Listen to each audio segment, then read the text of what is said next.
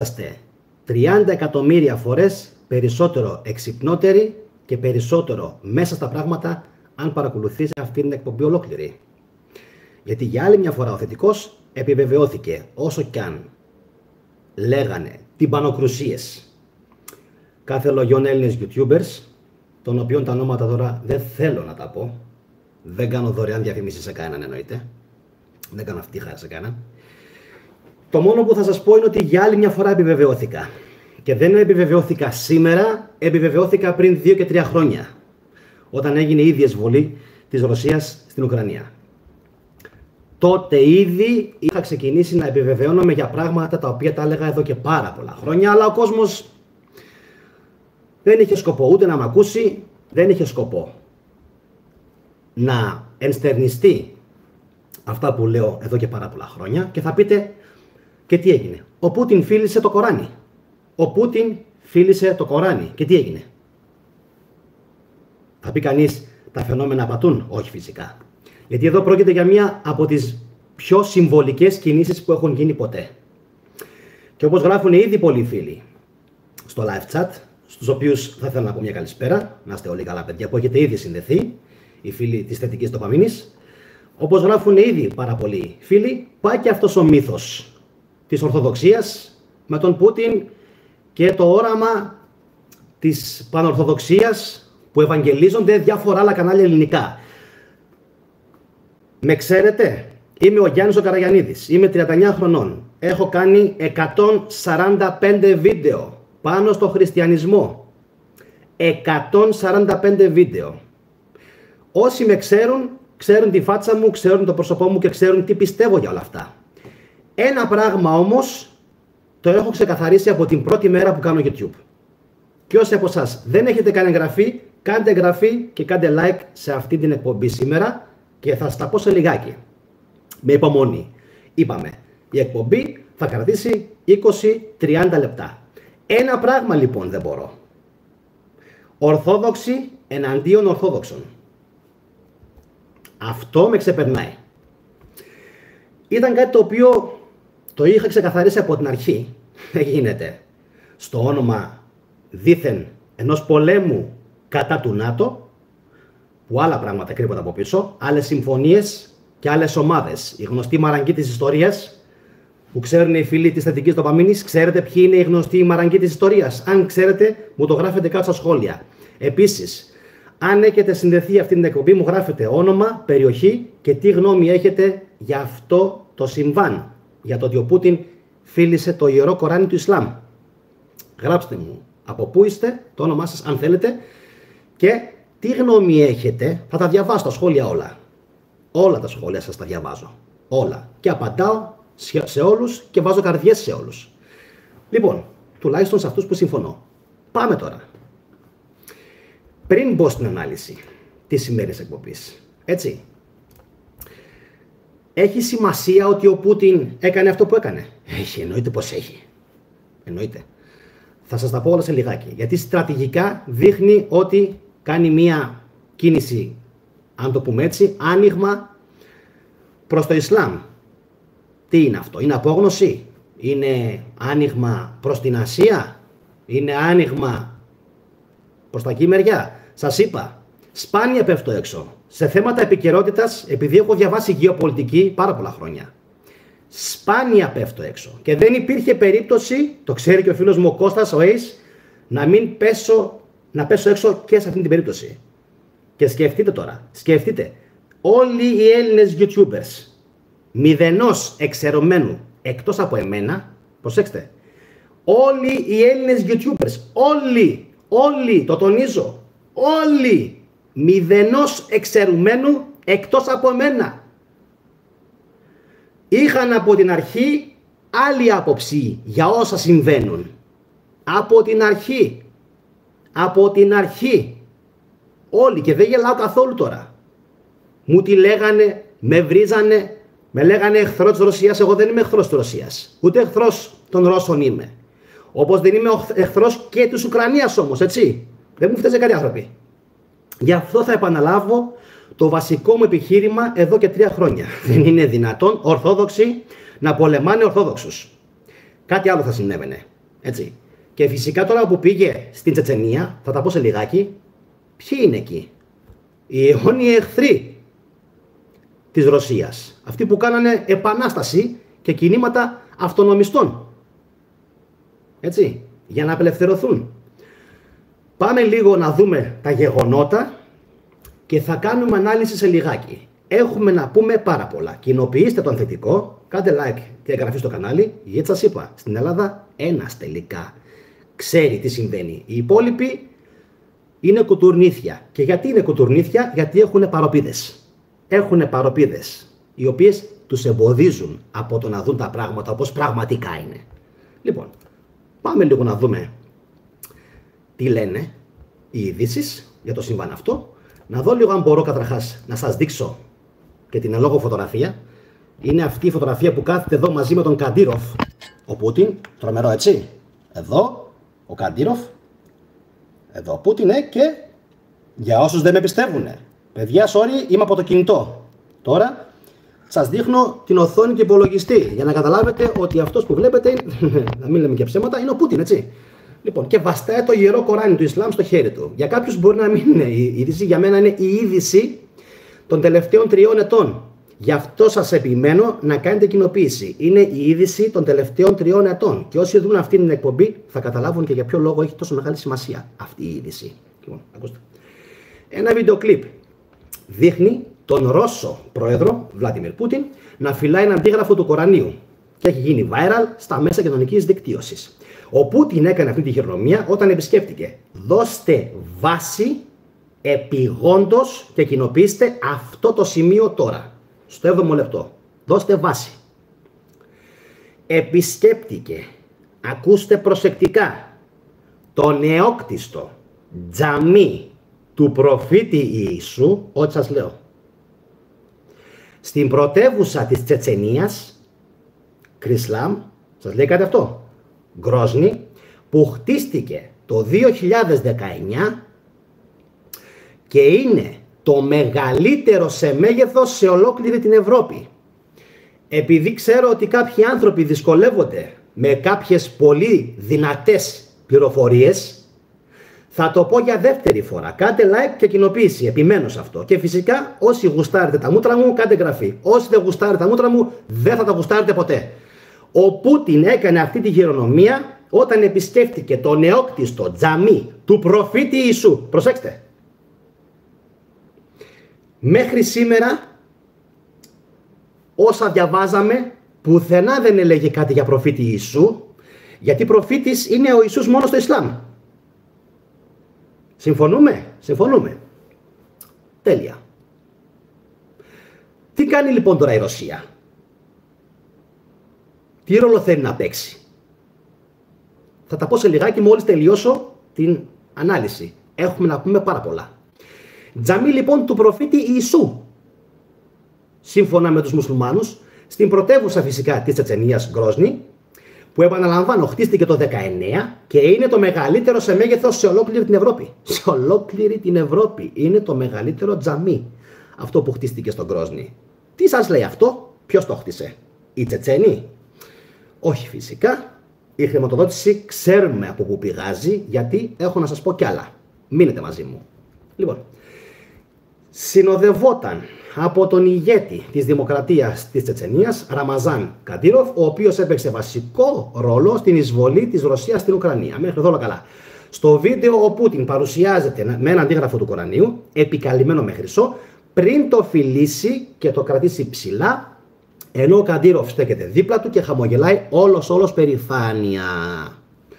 Ο Ρώσος ηγέτης πραγματοποίησε, και έχει σημασία αυτό το ταξίδι στην Τσετσενία μετά από 13 χρόνια, την 3η 20 Αυγούστου, εντωμεταξύ και εν μέσω ουκρανικών εισβολών, ολοένα και περισσότερο στο έδαφος και στο χώμα της Ρωσίας, γύρω από την περιοχή του Κούρσκ. Ωραία μέχρι εδώ. Σας είπα, σήμερα θα μάθουμε πάρα πολλά πράγματα. Δεν τα έχω πει σε άλλα βίντεο. Σύμφωνα με πληροφορίες, βρισκόταν εκεί για να ενθαρρύνει την στράτευση Τσετσένων στις ρωσικές ένοπλες δυνάμεις, καθώς συνεχίζεται ο πόλεμος στην Ουκρανία. Όπα. Από την πρώτη ημέρα του πολέμου, και πάρα πολλοί έκαναν απεγγραφή από αυτό το κανάλι. Χαίρομαι που έφυγαν. Ελπίζω, τώρα που επιβεβαιώθηκα για χιλιοστή φορά για τον πόλεμο αυτόν, ελπίζω να έρθουν καινούρια μυαλά, φρέσκα μυαλά, έξυπνα μυαλά που μπορούν να ακολουθήσουν τον θετικό. Όχι τίποτα καθυστερημένοι. Αυτοί που έφυγαν λοιπόν σήμερα κλαίνε. Και κλαίνε γιατί ένας είναι ο μάγκας στην Ελλάδα. Ένας. Όλοι οι υπόλοιποι είναι γατάκια. Λοιπόν, πήγε ο Πούτιν στην Ουκρανία, έτσι, για να κάνει recruitment. Δηλαδή στράτευση Τσετσένων στις ρωσικές ενόπλες δυνάμεις. Γιατί συμβαίνουν όμως όλα αυτά? Γιατί ξέρουμε ότι οι άσβερκοι τους λες μέχρι και ακέφαλους. Οι ακέφαλοι, οι άσβερκοι του Νταγκεστάν, έτσι, είναι οι πιο σκληροί μαχητές στον κόσμο. Το ξέρουμε αυτό, το ξέρουμε. Μαζί με τους γνήσιους Ταλιμπάν του Αφγανιστάν. Από τους πιο σκληροτράχυλους μαχητές στον κόσμο. Και οι Κούρδοι φυσικά. Συνεχίζουμε. Ο Ρώσος ηγέτης επισκέφτηκε επίσης μία ακαδημία ειδικών δυνάμεων,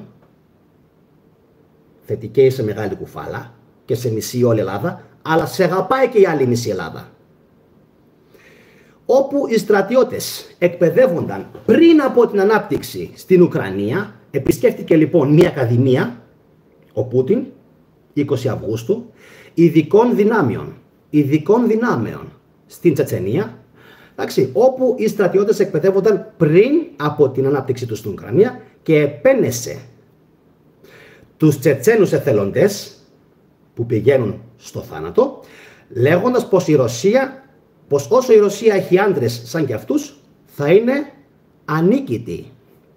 Λοιπόν, σας περιμέναμε 13 χρόνια, λέει, και ξέρω ότι έχετε πολλά προβλήματα, θέματα που διαχειρίζεστε μόνος σας, συμπεριλαμβανομένης και της δημοκρατίας μας, είπε ο Ραμαζάν Καντήροφ, στον Πούτιν καλωσορίζοντάς τον. Ο Καντήροφ είναι επικεφαλής της φιλορωσικής κυβέρνησης στην Τσετσενία από το 2007. Η Τσετσενία είχε στο παρελθόν, ξέρετε, προσπαθήσει να απομακρυνθεί, να φύγει από τον ρωσικό έλεγχο, οδηγώντας την χώρα σε 2 καταστροφικούς πολέμους. Χαίρομαι πάρα πολύ που σβήστηκε αυτός ο κύριος που με έβριζε. Σε 2 πολέμους τη δεκαετία του 90 και στις αρχές του 2000. Έχει και άλλα όμως. Μείνετε λίγα λεπτά μαζί μου ακόμα και στη συνέχεια ακολουθεί η ωραιότατη ανάλυση και επιβεβαίωση του μάγκα. Ο Καντήροφ έχει κυβερνήσει με σιδερένια γροθιά υπό τη ρωσική κυδαιμονία. Ακούστε τι λέει. Καταστέλλοντας, ακριβώς όπως συμβαίνει και στη Ρωσία, έχω φίλους που έχουν πάει στη Ρωσία, οποιαδήποτε διαφωνία και τα ανθρώπινα δικαιώματα. Δηλαδή, έτσι και πας και μιλήσεις στην Τσετσενία, την έκατσες. Έτσι, τελείωσες. Καθώς και το ίδιο το αυτονομιστικό κίνημα και οδηγεί Τσετσένους μαχητές στην Ουκρανία για να πολεμήσουν για τη Ρωσία. Τι σημαίνουν όλα αυτά? Το δεξί χέρι του Πούτιν σχεδόν. Αν δηλαδή δεν είχαμε Μπριγκόζιν και όλοι αυτοί που φύγαν από τη μέση, θα λέει κανείς πως το δεξί χέρι του Πούτιν αυτή τη στιγμή είναι ο Καντήροφ. Όσο και αν δεν το πιστεύουν οι φιλορώσοι της Ελλάδας. Και τι έλεγα εγώ πριν λίγο καιρό σε μερικούς μπουνταλάδες στην Ελλάδα? Τι τους έλεγα? Ούτε Ρωσία ούτε Αμερική. Στη μέση Ευρώπη.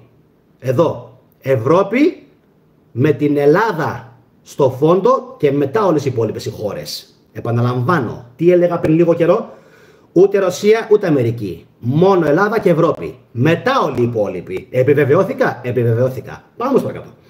Επαναλαμβάνω πως ο Καντήροφ ασκεί την ίδια ακριβώς πολιτική που ασκεί ο Πούτιν στη Ρωσία. Ακριβώς το ίδιο. Δηλαδή ανθρώπινα δικαιώματα μούγκα, αυτονομιστικά κινήματα μούγκα, δημοκρατικά κινήματα μούγκα, διαμαρτυρίες μούγκα. Φεύγει κεφάλι κατευθείαν από τη μέση.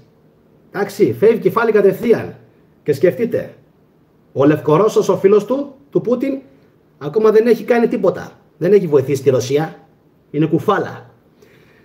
Πιο πολλά στη συνέχεια. Οι Τσετσένοι μαχητές τώρα που τάσσονται υπέρ της ανεξαρτησίας της Τσετσενίας, πιστεύετε ότι πολεμούν υπέρ της Ουκρανίας και εναντίον της Ρωσίας. Άλλοι κι αυτοί. Η χειρονομία του Πούτιν αυτή προς το Κοράνιο είναι η τελευταία προσπάθεια που κάνει από μία σειρά κινήσεων σχεδιασμένη για να προσελκύσει προφανώς τους μουσουλμάνους της Τσετσενίας. Τι σημαίνει αυτό? Θα τα πω σε λιγάκι όλα. Ο Πούτιν δήλωσε ότι όποιος προσπαθήσει, λέει, να κάψει το Κοράνι σε ρωσικό έδαφος θα αντιμετωπίσει φυλάκιση, μπλα μπλα μπλα, τι λέει, και δίκη στις περιοχές της χώρας με μουσουλμανική πλειοψηφία. Λοιπόν, πάμε να πάρουμε μία ανάσα. Κάντε εγγραφή, like και κοινοποίηση πριν συνεχίσω την ανάλυση και πριν φυσικά αποκλείσω πάρα πολλά άτομα τα οποία έχουν μπει στο live chat και προσπαθούν να μας παρενοχλήσουν. Έχουμε και λέμε, πρώτον, είναι αδιανόητο να αλληλοσκοτώνονται Ρώσοι και Ουκρανοί. Συμφωνούμε με αυτό? Λοιπόν, είναι αδιανόητο να σκοτώνονται Ρώσοι και Ουκρανοί μεταξύ τους. Υποτίθεται πως πρόκειται για αδελφούς λαούς και μάλιστα ομόδοξους λαούς. Έτσι, ορθόδοξοι και χριστιανοί φυσικά. Αυτό το ξεκαθαρίζουμε. Δεύτερον, επιβεβαιώθηκα για τα όσα έλεγα εδώ και 3 χρόνια. Ότι τα πράγματα δεν είναι αυτά που δείχνουν. Ότι οι ηγέτες δεν είναι αυτοί που δείχνουν.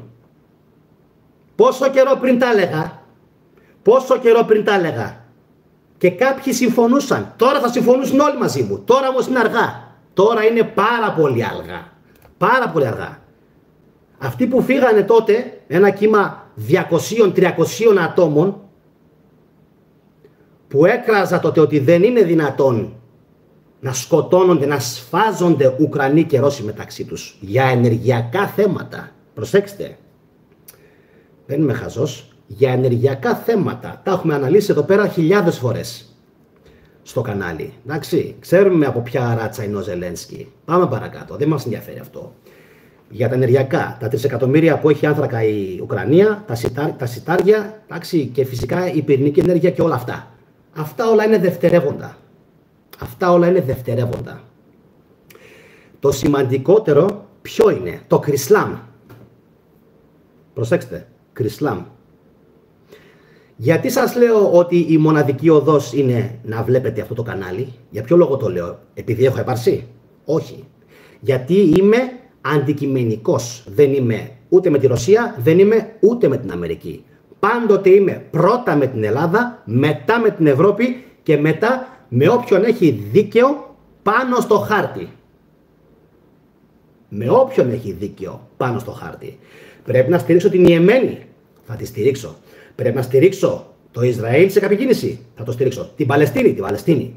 Όταν και όποτε κάποιος έχει δίκαιο, οφείλουμε να λέμε τα πράγματα με το όνομά τους και όχι με μπουρδολογήματα και με φιολογήματα, γιατί είδα και άλλους YouTuber, είδα και άλλους Έλληνες YouTuber που έδειξαν αυτό με τον Πούτιν, αλλά κάναν τον μπεκί. Δεν θέλαν να πούν τίποτα. Σάλος λέει. Τι σάλος ρε? Τι σάλος? Αυτό είναι η είδηση της χρονιάς. Ότι, όχι μόνο της χρονιάς τώρα, εδώ και 5 χρόνια. Αυτό ουσιαστικά δείχνει τι? Όταν πηγαίνει ο Πούτιν, η κίνηση είναι συμβολική, όταν πηγαίνει ο Πούτιν στο μεγαλύτερο μουσουλμανικό τέμενος που είναι αφιερωμένο στον προφήτη Ιησού, στον Γκρόσνη, είναι ξεκάθαρο ότι δείχνει ένα πράγμα και μόνο ένα πράγμα. Ότι τι? Καταρχάς να δείξω λίγο ένα φύλλο, γιατί λέει μαλακίες. Λέει μαλακίες ο τύπος τώρα. Η Ρωσία απελευθερώθηκε από τους έτοιους και από τους άλλους και από τους αλλιώς. Κανένας δεν έχει απελευθερωθεί από κανέναν. Οι μαραγκοί, οι γνωστοί μαραγκοί, τους ξέρουμε? Ποιοι είναι οι γνωστοί μαραγκοί της ιστορίας? Αυτοί που κάνουν τους πολέμους, λοιπόν. Αυτοί κρύβονται από πίσω. Και αυτούς δεν τους κάνει κουμάντο κανένας Πούτιν. Το έχουμε αυτό. Και αν αυτοί αποφάσισαν και είπαν ότι πρέπει να πας να ζητήσεις βοήθεια από τους Τσετσένους, ξέρω ότι θα στεναχωρηθεί πάρα πολύ ο κόσμος. Το ξέρω. Αλλά αυτή είναι η αλήθεια. Γιατί όπως και στα χριστιανικά μου τα βίντεο και στα ιστορικά μου τα βίντεο και για την αρχαία Ελλάδα, τα βίντεο μου έχουν ένα πράγμα. Τι? Την κοινή γνώμη του μέσου σωστά σκεπτόμενου Έλληνα. Αυτό είναι. Και ο κόσμος που με βλέπει ξέρει πάρα πολύ καλά τι σημαίνει αυτό. Αν ο ηγέτης της Ρωσίας ουσιαστικά προσκυνάει το Κοράνι, απαντούνται πολλά ερωτήματα αφού το φίλησε. απαντούνται πάρα πολλά ερωτήματα. Πρώτον, ότι δεν τον νοιάζει η Ευρώπη, τον νοιάζει η Ασία. Ξέρω, θα στεναχωρηθείτε πάρα πολύ. Αλλά έτσι είναι. Ποιος είναι ο σύμμαχος του Πούτιν? Το Ιράν. Εντάξει. Ας πούμε την αλήθεια. Το Ιράν, η Ιεμένη, η Κίνα. Η Κίνα ακόμα δεν έχει στείλει τίποτα. Και ποιοι ακόμα είναι? Στροφή στην Ασία, η Τσετσένη, το Νταγκεστάν, η υποκαυκασία περιοχή, η Υπερδνηστερία, όπου και εκεί έχει στρατό. Όλοι αυτοί τι είναι? Ορθόδοξοι χριστιανοί είναι όλοι αυτοί? Κάποιοι μπορεί να είναι, το 10-20%. Επαναλαμβάνω, αν οι γνωστοί μαραγκοί της ιστορίας έχουν δώσει εντολή, οι γνωστοί μαραγκοί της ιστορίας που διοικούν τη Ρωσία, έτσι, γιατί οι γνωστοί μαραγκοί της ιστορίας υπάρχουν και στην Ευρώπη, υπάρχουν και στην Αμερική. Και μαλώνουν τώρα μεταξύ τους για τα φιλέτα. Δεν υπάρχει Ρωσία. Δεν υπάρχει Αμερική. Δεν υπάρχει Ευρώπη. Ξεχάστε αυτά. Δεν υπάρχει Ρωσία. Δεν υπάρχει Ελλάδα. Δεν υπάρχει Ευρώπη. Δεν υπάρχει Αμερική. Είναι πολύ μεγάλες εταιρείες μαραγκών, το ξαναλέω, ξέρουμε όλοι τι είναι αυτοί, τέκτονες. Λοιπόν, οι οποίοι σφάζονται μεταξύ τους τώρα για τα διάφορα δισεκατομμύρια. Και μπαίνουν κορόιδα, μην πω τη λέξη τώρα, αγαθά παιδιά μικρά και σκοτώνονται υπερπίστεως και πατρίδος για το τι? Για το συμφέρον. Είναι τρομερό, σας είχα πει. Η εκπομπή όσο διαρκέσει θα παίρνετε μόνο σωστές πληροφορίες. Μόνο. Αν διαφωνείτε κάπου μου το γράφετε. Τώρα, τι σημαίνει όμως ουσιαστικά? Ο ναός του προφήτη Ιησού, που είναι το μεγαλύτερο τέμενος στην Ευρώπη και είναι στο Γκρόσνι, δείχνει καταρχάς ότι η Ρωσία, είτε το θέλουμε είτε όχι, αγκαλιάζει σιγά σιγά το Ισλάμ. Και φυσικά για να το αγκαλιάζει το Ισλάμ σημαίνει ότι αρχίζει και το βλέπει πλέον σαν φίλο και σύμμαχο. Έτσι, φίλος και σύμμαχος. Ποιος θα πήγαινε να φιλήσει μια εικόνα? Θα σας πω εγώ. Εγώ θα πήγαινα να τη φιλήσω, πιστεύετε? Εγώ θα πήγαινα. Και την Καινή Διαθήκη θα τη φιλούσα. Και το βιβλίο του Μηθραϊσμού θα φιλούσα. Δεν έχω πρόβλημα εγώ με τις θρησκείες. Εντάξει, δεν έχω πρόβλημα. Και το Κοράνι. Φέρε μου ό,τι θες να φιλήσω, δεν με νοιάζει. Από σεβασμό θα το κάνω. Κοιτάξτε, από σεβασμό. Εγώ όμως είμαι άθρησκος. Προσέξτε, εγώ είμαι άθρησκος, δηλώνω άθρησκος. Δεν δηλώνω ότι είμαι ο εκλεκτός Μεσσίας κάποιου Θεού και θα πάρω το λαό μου και θα τον πάω κάπου. Και τελικά, πού τον πηγαίνει τον λαό του ο Πούτιν? Για πείτε μου εσείς, ή πιο καλά οι τέκτονες. Πού τον πηγαίνει το λαό του? Το έλεγα. Τώρα όμως είναι αργά, φίλε μου συνέλληνα. Έκανες απεγγραφή πριν χρόνια. 300 άτομα είχαν φύγει σε μία νύχτα. Γιατί τόλμησα και τους χάλασα το ίνδαλμά τους τότε, τον Βλαδίμηρο, γιατί τους έλεγα ότι δεν μπορεί να είναι ο ίδιος Πούτιν που ήταν πριν από χρόνια. Δεν μπορεί. Δεν θα μπαίνει ο Πούτιν στην Ουκρανία ποτέ. Να πω και το άλλο. Προσέξτε. 2 πράγματα θα πω. 2 πράγματα. Τα οποία τα έχω πει και κάποιοι από εσάς μπορεί να μην τα έχετε δει. Σε άλλες μου εκπομπές. 2 πράγματα θα σας πω. Μείνετε, μη φύγετε. Το πρώτο. Η δήθεν, προσέξτε. Η δήθεν πάταξη της συμφωνίας από το ΝΑΤΟ να μην επεκταθεί ανατολικά. Δεν ισχύει. Δεν ισχύει. Και γιατί δεν ισχύει αυτό? Γιατί είναι ψέμα? Γιατί είχε γίνει νέα συμφωνία. Όσο θα επεκτείνεται το ΝΑΤΟ ανατολικά, τόσο να επεκτείνονται δυτικά η αγωγή της Ρωσίας. Αλλά αυτά δεν τα λένε τα κανάλια που βλέπετε στην τηλεόραση. Γιατί δεν θέλουν να λένε ο κόσμος την αλήθεια. Και εσύ που μου λες πως δεν ξέρουν που πάνε τα 4, έχω 4 όρχες ποντιακούς για το στόμα σου. 4. Που θα μου πεις σε μένα δεν ξέρουν που πάνε 4. Όχι τώρα, αγόρι μου. Όχι τώρα. Εδώ και 3 χρόνια ξέρω πολύ καλά που πάνε τα 4 και τα 3 μου. Έτσι, το έχουμε. Εντάξει, ο Πόντιος. Λοιπόν, ακούστε τώρα. Το πρώτο είναι ότι όσο λέγανε δήθεν, έφυγε ο φίλος, ωραία. Και μια αποβολή. Ωραία. Όσο λέγανε ότι επεκτείνεται το ΝΑΤΟ ανατολικά, τόσο επεκτείνονται δυτικά η αγωγή της Ρωσίας. Nord Stream, στο βορρά, που έγινε η ανατείναξη του αγωγού. Ακόμα ψάχνουν να βρουν ποιος το έκανε και γιατί το έκανε. Ταυτόχρονα υπάρχει ρωσική, γερμανική, δανική, σουηδική και ουκρανική προπαγάνδα. 5 λαοί, 5 μπλεκόμενοι λαοί είναι μέσα. Εσείς τι πιστεύετε, είναι τόσο εύκολο να πεις το έκανε αυτός, το έκανε εκείνος, το έκανε ο άλλος? Έτσι. Nord Stream. Πάει και αυτό. Οπότε όσον αφορά την προς Ανατολάς επέκταση του ΝΑΤΟ και προς δυσμάς επέκταση των αγωγών, είμαστε μια χαρά, είμαστε ok. Το πράγμα ξεκίνησε να χαλάει το 13, 14, 15, εκεί μέσα που ξεκίνησε το παιχνίδι της Κριμαίας. Εκεί ξεκίνησε να χαλάει το παιχνίδι και το πράγμα της γεωπολιτικής, ιδίως για τη Ρωσία. Γιατί έκανε μια μαγιά, ναι μεν, πήρε την Κριμαία με δημοψήφισμα, βγήκε φυσικά στη θάλασσα που το είχε πάρα πολύ καιρό σκοπό και στη συνέχεια να μπορέσει να πάρει όλο το παραλιακό μέτωπο των υπολείπων 4 περιοχών της Ουκρανίας. Κάτι ακόμα. Μπορεί μέχρι στιγμής να μην με έχει επιβεβαιώσει η ιστορία στο κομμάτι που το πιστεύω πάρα πολύ, ότι η Αζόφ ήταν βαλτή της Ρωσίας. Να είμαι λούστης από κούνια, η γνωστή έκφραση, αν δεν έχει βάλει και εκεί η Ρωσία το χεράκι της.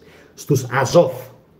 Για να προκαλέσουν οι Αζόφ προβλήματα στο ρωσόφωνο πληθυσμό της Ουκρανίας, ναι, έτσι κάνουνε. Για όσους από εσάς δεν ξέρετε τι σημαίνει πολεμική προπαγάνδα, έτσι κάνουνε. Α, αλήθεια, ναι, έτσι κάνουνε. Χρησιμοποιούν εξυλαστήρια θύματα κάποιους μερικούς ρωσόφωνους Ουκρανούς, γιατί ουσιαστικά ήταν Ουκρανοί ρωσόφωνοι ή μπορεί και Ρώσοι Ουκρανόφωνοι. Κανείς δεν ξέρει. Εντάξει. Και επειδή ο Πούτιν ξέρει πάρα πολύ καλά από πολιτική, δεν είναι κανένας χαζός, ξέρει πάρα πολύ καλά από πολιτική, είναι πανέξυπνος.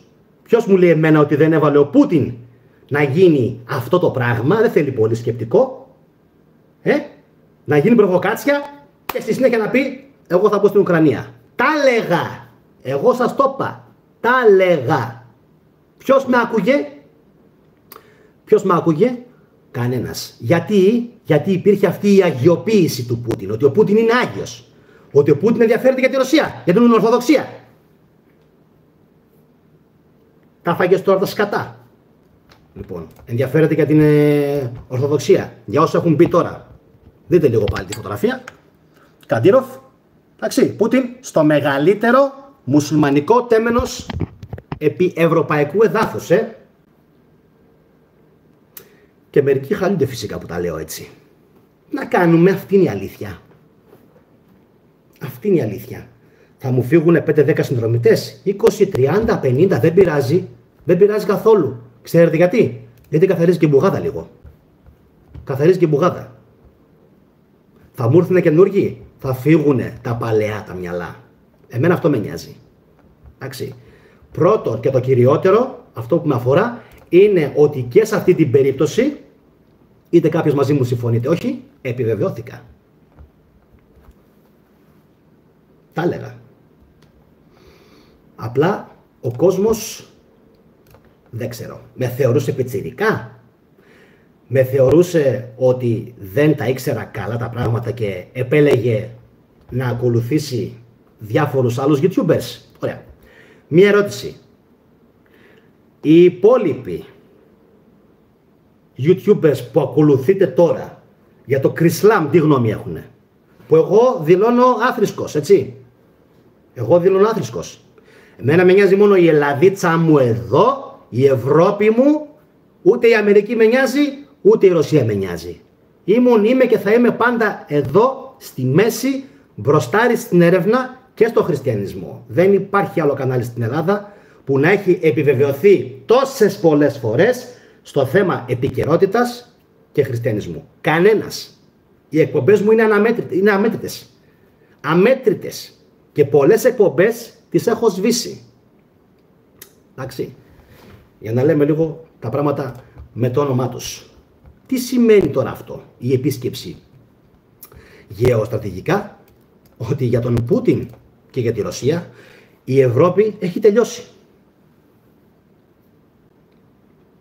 Ξέρετε ότι έχουν αποκλειστεί όλες οι ευρωπαϊκές ομάδες της Ρωσίας. Όλες.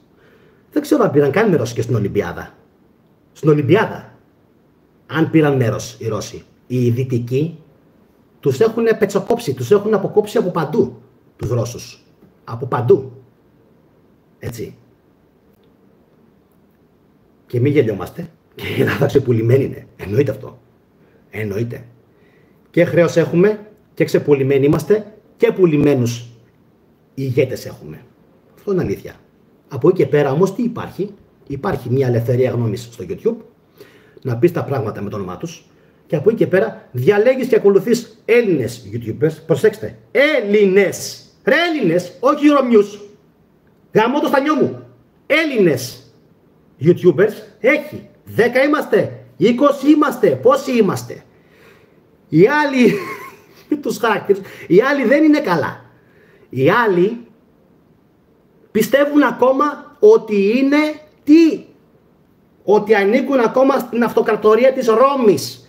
Ρε, η αυτοκρατορία της Ρώμης έπεσε το 1453. Δεν ξαναστήθηκε ποτέ ξανά στα πόδια της η αυτοκρατορία της Ρώμης. Θέλω σχόλια, ναι, θέλω σχόλια. Για ό,τι είπα στο βίντεο. Θέλω σχόλιο. Μπήκες τώρα, δες την εκπομπή ξανά από την αρχή. Θα ξεστραβωθείς. Δες την 1 και 2 και 3 φορές. Εντάξει. Άρα, πού μας οδηγούν όλα αυτά?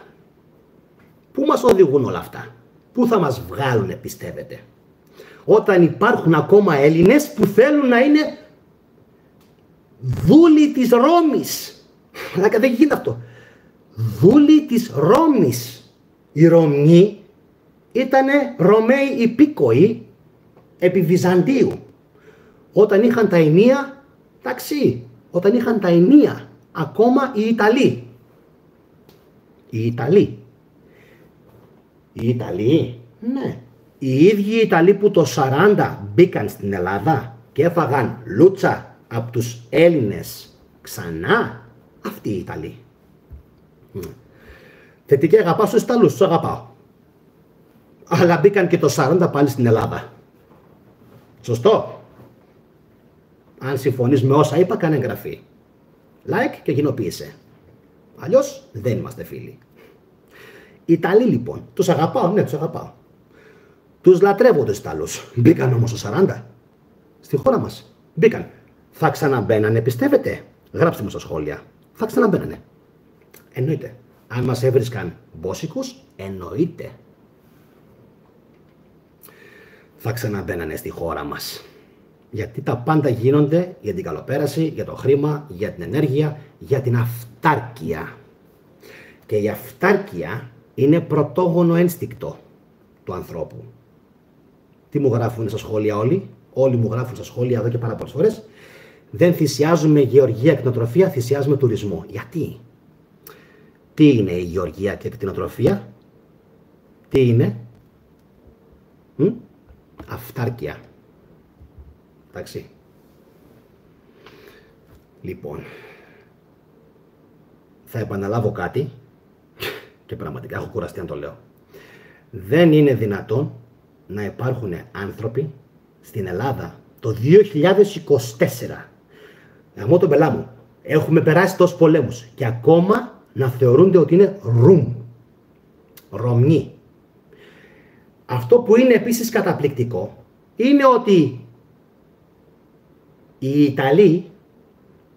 Ιταλοί έχουν ξεχάσει παντελώς οποιαδήποτε νήξη και αναφορά στην Κωνσταντινούπολη, που ήταν δική τους. Και τα παράλια, έτσι, πολλές περιοχές.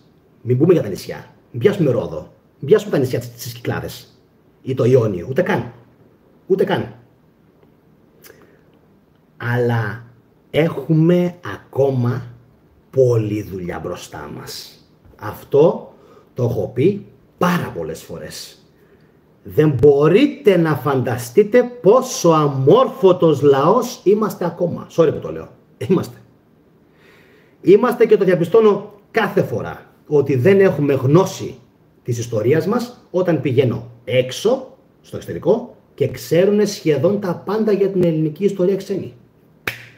Αυτό δεν γίνεται. Ασυγχώρητο. Γι' αυτό και λέω ότι είναι ασυγχώρητο που δεν βλέπει ο κόσμος θετική ντοπαμίνη.